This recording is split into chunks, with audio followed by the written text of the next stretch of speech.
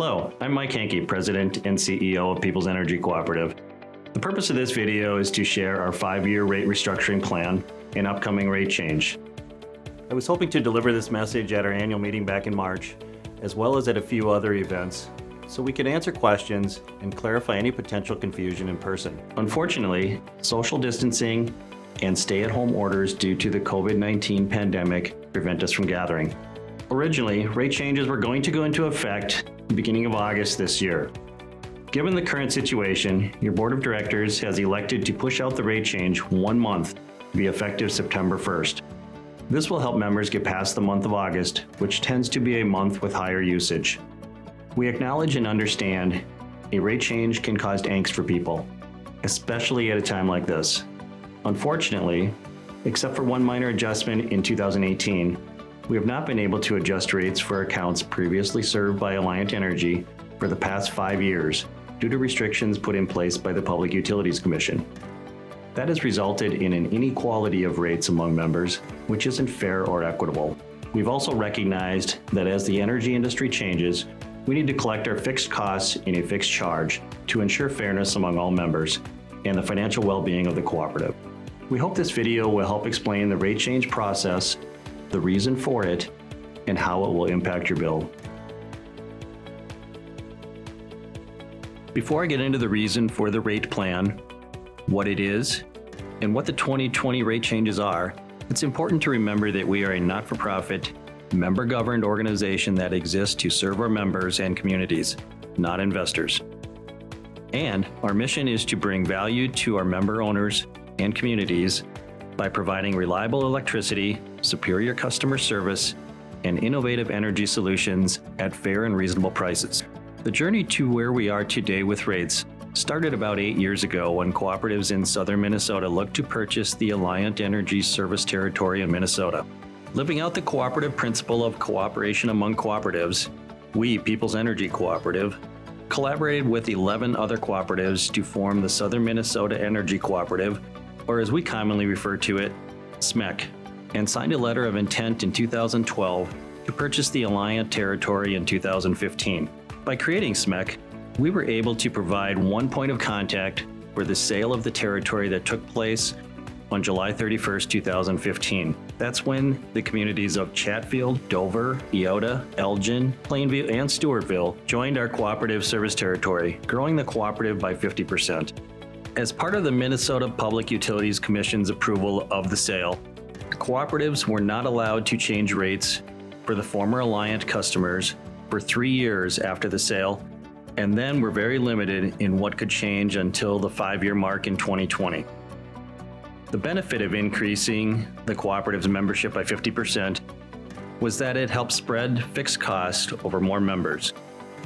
For example, in 2015, our cost of service study showed that the basic service charge should have been $74 for our rural residential members on rate A. By acquiring the former Alliant customers, that amount is now down to $52.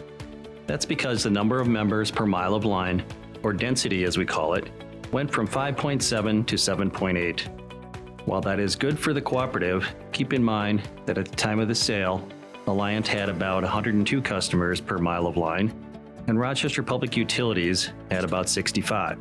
This chart from 2015 shows the significant difference in the number of services per mile of line and the revenue generated per mile of line. That is the reason the basic service charge for more densely populated areas is generally much lower than a cooperative's. To say it a different way, it costs significantly more to serve rural areas because of the distance between members and the additional infrastructure needed to get the electricity to them. So there's the backstory, which leads us to today and the 5-year rate restructuring plan that has been developed to merge the rates of Legacy and SMEC members. In case you're wondering, Legacy members are members that have service locations that were served by the cooperative prior to the Alliant acquisition, and SMEC members are those whose service locations were once served by Alliant. To help members differentiate, Legacy bills have green headers, and SMEC bills have blue headers. The 5-year rate restructuring plan began by conducting a cost of service study that evaluated costs and identified the total revenue required for the cooperative to be financially sound. The costs were then allocated appropriately based on classifications such as residential, commercial, and industrial, which are based on the type of service, equipment, infrastructure, and the capacity required to provide service. The results of the cost of service study were used as a tool to design rates and develop a 5-year rate restructuring plan that was approved by your board of directors. In the rate design process, we considered rate-making principles or best practices that include making sure rates generate the revenue required to operate the cooperative, including appropriate operating margins, spreading operating costs and margins equitably across all members, ensuring rates reflect the cost of serving members, and avoiding abrupt changes. The purpose of the 5-year rate plan is to ultimately merge the legacy and SMEC rates so that the rates are the same between members that have the same type of service, and to restructure rates so that fixed costs are collected in the basic service charge, a fixed charge, and energy-related costs are collected in the energy charge. The first step in the rate plan occurred in 2019 by adding a single-phase general service option for commercial accounts to the legacy rate schedules and ensuring members with general commercial service were on the applicable rate schedule. This year, adjustments will be made to the residential and commercial rates that adjust both the basic service charge and the energy charge. For most legacy members, the basic service charge will increase, but the energy charge will decrease. This is a result of shifting fixed cost to the basic service charge and out of the energy charge. SMEC members will see an increase in both the basic service charge and energy charges. Next year, in 2021, legacy members will see the last step in shifting fixed costs into the basic service charge and out of the energy charge. SMEC residential members will see the last step in aligning the basic service charge with comparable legacy rates. SMEC commercial rates will see the second adjustment in their basic service charge. In 2022, some SMEC commercial rates will see a third adjustment, and the goal is to merge rates so there will no longer be different rates for the same type of service. There will no longer be legacy and SMEC rates. There will just be People's Energy Cooperative rates. Any remaining rate adjustments that are needed will be made in 2023. So now the information you're probably most interested in, what the rates will be changing to on September 1st.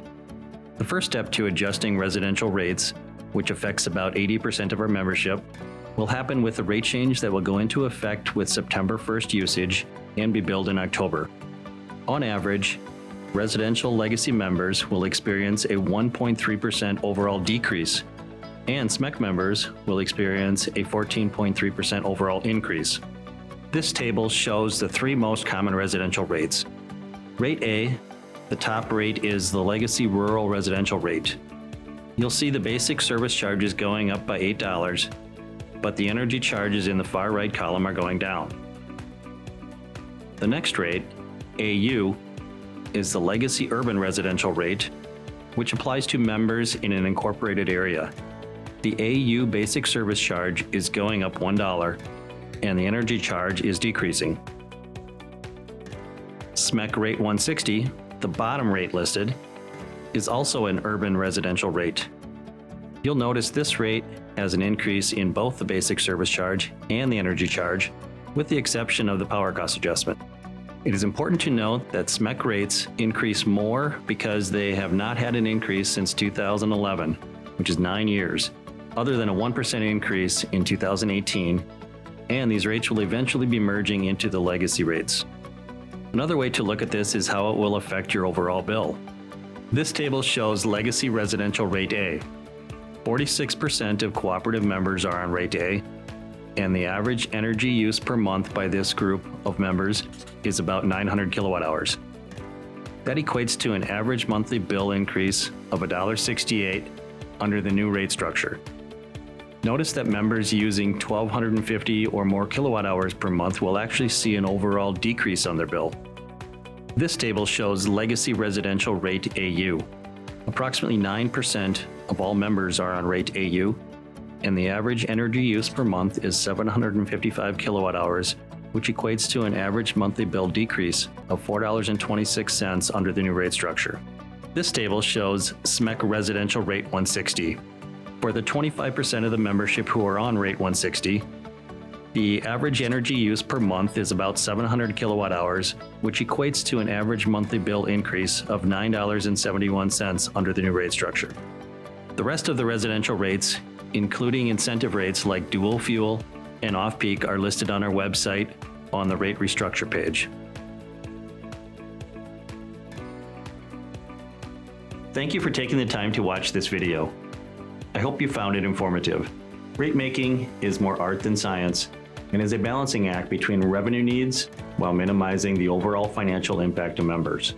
As a not-for-profit organization, we must recover cost plus a slight margin from all members in a fair and equitable way to ensure our system is reliable and efficient. If you have any questions, please visit our website at peoplesenergy.coop or call us at 1-800-214-2694 during business hours, which are Monday through Friday, 7:30 to 4.